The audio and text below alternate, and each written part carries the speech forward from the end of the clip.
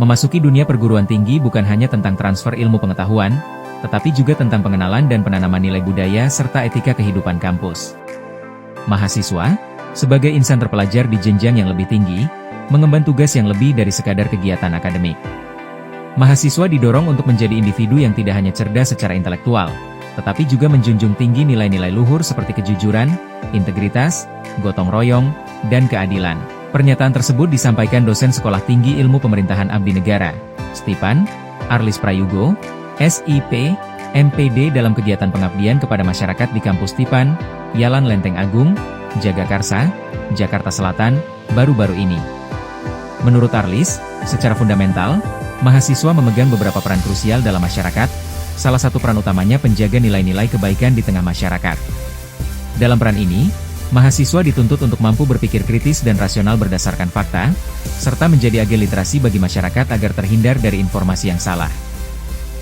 Untuk menjalankan peran-peran tersebut, lanjut Arlis, etika menjadi pedoman utama dalam setiap tindakan di dalam maupun di luar kampus. Etika kehidupan kampus diartikan sebagai pandangan mengenai nilai-nilai dan norma moral yang melahirkan tata krama dan sopan santun. Peraturan yang disepakati bersama ini mengatur tingkah laku seluruh warga kampus, baik secara tertulis dalam kode etik maupun tidak tertulis. Penerapan etika ini mencakup berbagai aspek, mulai dari cara berpakaian yang rapi dan sopan, menaati peraturan yang berlaku, hingga bertutur kata yang sopan. Ya, sehingga dia seringkali menerabas.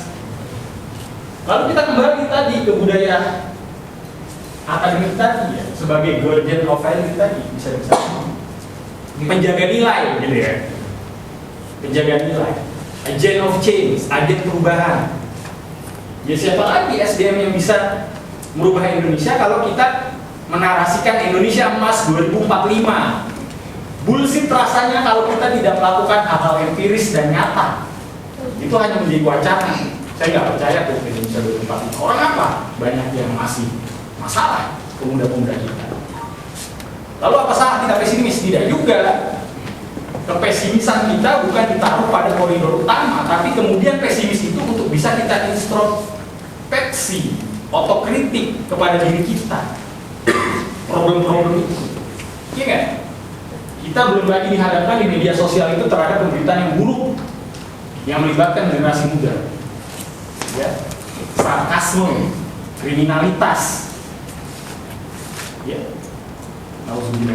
Kalau negara kita menjadi negara tingkat kriminalitasnya paling tinggi, ya jangan sampai. Ya kita ketahanan budaya itu diawali dari masyarakat kampus, masyarakat akademik sebagai agent of change tadi, ya, sebagai sumber daya manusia yang tak terbatas karena jumlahnya banyak. Mahasiswa itu banyak dari berbagai jumlah kampus dari Indonesia bagian barat, timur, tengah dan seterusnya. Itu dalam materinya dikacau tidak kelihatan. Coba ke PPT-nya aja ya. Nah jadi iron stock itu maksudnya adalah SDM kita itu tak terbatas jumlahnya banyak. Iron itu besi, stok itu adalah stok yang jumlahnya banyak. Jadi kalian itu dianggap sebagai sumber daya yang keras, yang kuat, yang tangguh. Sehingga dalam konteks budaya tadi saya ketiga itu dikatakan bahwa pemuda itu sebagai iron stock, di sumber daya yang tak terbatas dunia dan seterusnya. Jadi saya mengawali ini dari membangun mentalitas teman-teman terlebih dahulu di dunia akademik, gitu ya. Mungkin ini sebagian sudah pernah disampaikan gitu ya, di materi-materi sebelumnya, atau belum? Belum. Menurut Arlis, dalam berinteraksi dengan dosen, mahasiswa diharapkan untuk selalu menyapa, bersikap sopan, bertanya dan mengemukakan pendapat dengan baik, serta disiplin dalam mengikuti kegiatan pembelajaran. Sementara itu, dalam hubungan dengan sesama mahasiswa, ditekankan pentingnya membangun saling percaya, berkomitmen dan disiplin, saling berbagi informasi dan dukungan, serta tidak melakukan fitnah. Interaksi yang sehat dan saling menghormati menjadi kunci terciptanya lingkungan belajar yang kondusif. Di samping etika personal, mahasiswa juga menjadi bagian dari pembentukan budaya kampus yang positif. Terdapat beberapa jenis budaya yang perlu dikembangkan, antara lain budaya akademik yang mencakup kejujuran dan objektivitas, budaya kritis, budaya inovatif, budaya teknologi, dan budaya bersih. Budaya ilmiah atau akademik ini merupakan perilaku yang sesuai dengan kaidah-kaidah keilmuan, di mana seorang ilmuwan harus memiliki integritas, kejujuran, dan sikap dewasa dalam berpikir dan berperilaku. Budaya ini menjadi landasan bagi pelaksanaan Tridharma perguruan tinggi, yaitu pendidikan, penelitian, dan pengabdian kepada masyarakat. Namun, dalam dunia akademik terdapat pula tantangan berupa pelanggaran ilmiah.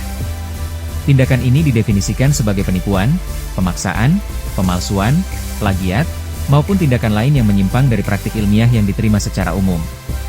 Perilaku tidak terpuji ini dianggap sebagai sisi gelap ilmu pengetahuan yang harus dihindari oleh setiap insan akademik. Oleh karena itu, pemahaman dan komitmen terhadap etika dan budaya ilmiah menjadi benteng utama bagi mahasiswa dalam menjalankan perjuangannya di kampus.